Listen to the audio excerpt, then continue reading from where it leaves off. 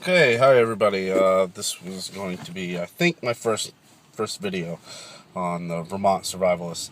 Um, just want to talk a little bit about shelters and what the misconception is about shelters. I think the biggest misconception is people thinking if shit hits the fan, they're gonna grab their tent, their food, their survival gear, and they're gonna head off into the woods.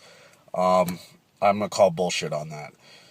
I think that wouldn't be very smart at all. And actually, I think the people that do that, they're going to find out that life for them is going to be very hard for them to adapt, especially after you've been living into living in an apartment or house for 90% of your life.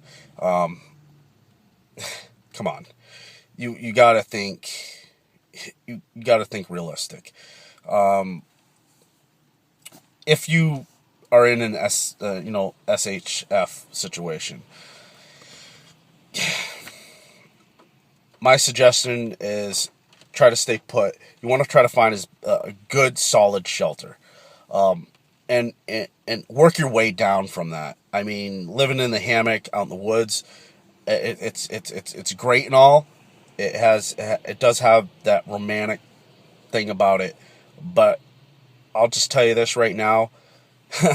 In Vermont, the winters here are pretty fucking brutal.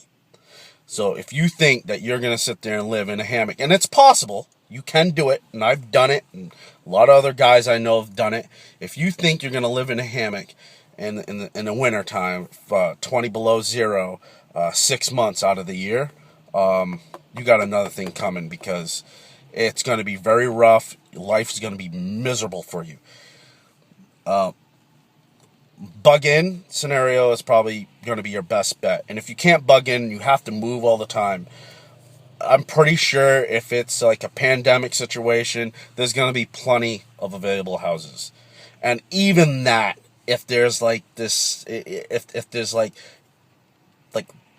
I'm just throwing this in the air. It's not like I believe in this crap, Walking Dead scenario.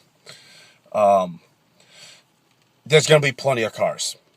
I mean, you could literally sleep in the cars. And the good thing about cars is that if you have a good renewable energy, and hopefully a lot of you do have renewable energy, and if you have that solar panel that has the car adapter, you can actually charge up the battery in the car, and you could actually use that battery, and that's a good thing about it.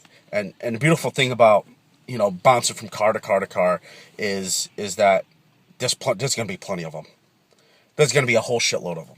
So literally, you can move from point A to point B. It's just like abandoned houses. I think there's going to be so many abandoned houses if a pandemic hit. There's going to be so many abandoned houses. You're just going to be pick. Literally, pick. So let's just think realistic. Let's just get right down to down to earth here. Think practical. You are not. I mean, I have a tent, and I have a hammock and a tent, and I got all that stuff. I know how to make fire with sticks and shit. I know how to do all that. But do I want to live that way for my whole life? No. That's just not something. It's rough. It is very, very rough. Have I done it? For months at a time? Oh yeah, of course I have. But I always had a place. I always had a place to go to. You know what I mean? I always had a place that I could go and rest my head. Always had that peace of mind that I could just, at any moment, go home, take a nice hot shower. So that's what I gotta, say for the most part. I don't know. I don't know where people think that they can just hop in and live out in the woods for 3 or 4 years. And because if it was easy, then I guess everybody would be doing it. Especially when you live in an apartment for most of your life. And another thing. This is interesting because I had I had a friend a long time ago that had a lot of physical problems. Uh, I don't think you're gonna be carrying a backpack,